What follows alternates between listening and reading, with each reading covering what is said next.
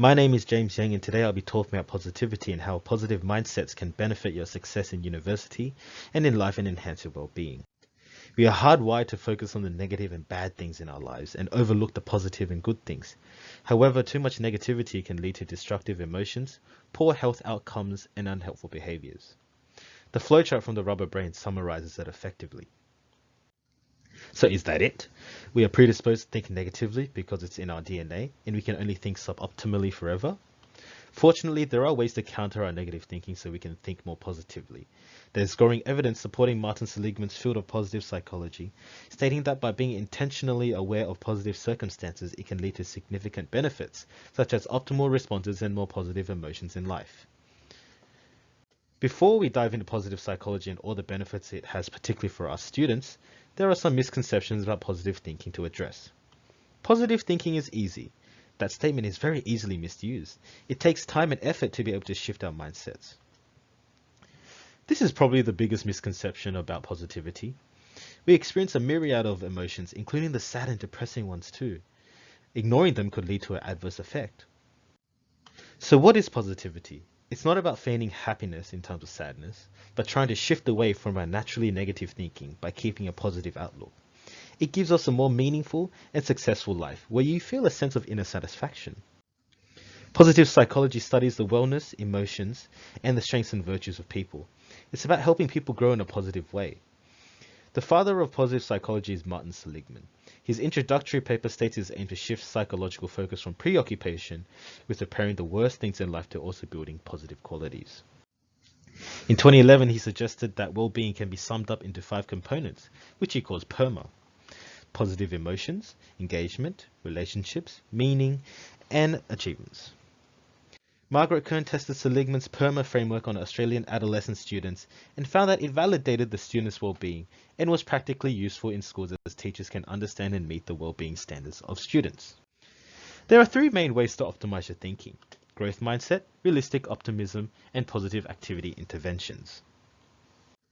Someone with a growth mindset believes that skills can be cultivated through hard work and persistence. They believe in personal development and use every failure as a learning experience and see effort as crucial to succeed. Someone with a fixed mindset tends to think that their intelligence or skills are predetermined and unchangeable. They give up easier and just pin it on them not having the skills or talent. These 2 mindsets brought up by Carol Dweck elicit different responses to success and failure. Meet Alexander.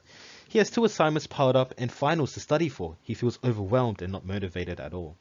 He came across the rubber brain in the library and learnt about fixed and growth mindsets. To shift his mindset, he needed to follow these 3 steps. 1. Identify your mindset. What was the voice in his head telling him? He discovered that these thoughts he had most likely indicates that he's stuck in a fixed mindset. If you have similar thoughts, you're probably in the same boat. 2. Choose a growth mindset. The way Alexander interprets setbacks and challenges is up to him. He can give up and stay in a fixed mindset, or you can also try to interpret setbacks and failures in a different way. 3. Don't stop trying. No one will be able to transition into a different mindset overnight. Even if you fail this time, keep trying. Making smaller goals will help you see that you are improving and give you the self-efficacy you need. Dweck revisited her growth mindset framework in 2015. She states, a growth mindset isn't just about effort. As mentioned in a previous slide, when you're challenged, the amount of effort you put in plays a key part, but that's not enough to facilitate learning. Students are often praised for just putting in effort, not learning, and then feeling content. So we should approach challenges from a different perspective and shouldn't be afraid to ask for help from others. Distinguishing between blind and realistic optimism. Optimistic people generally think of positive futures, but we need to differentiate them from blind optimism, which can lead to unrealistic expectations or wishful thinking. It can also lead us into risky and unwanted situations. When something happens, the rubber brain says we can think of it like this. Was it due to an internal and external factor? Were the causes temporary or more permanent? And is this issue global or local? Next time you try to explain that situation, to be more realistic, the rubber brain suggests framing it into a more external, temporary, and localized cause. Meet Chantel. She's a uni med student, so she knows about challenges as much as the next person. Her friend who does psychology recommended the rubber brain to her, and she read about the positive activity interventions to try and lift her emotions and thoughts. The first one was to count her blessings. Remember how your mind loves to focus on the negative? So she thought about the good things in her life, no matter how big or small it was. Next, she read about writing a letter to someone she was grateful for. How they touched her life, and what made it better. Studies by Watkins showed that with just one intervention, exercises involving gratitude enhanced happiness and subjective well-being. In another study, gratitude also was associated with easiness with recalling pleasant events and would more likely judge their lives as satisfactory.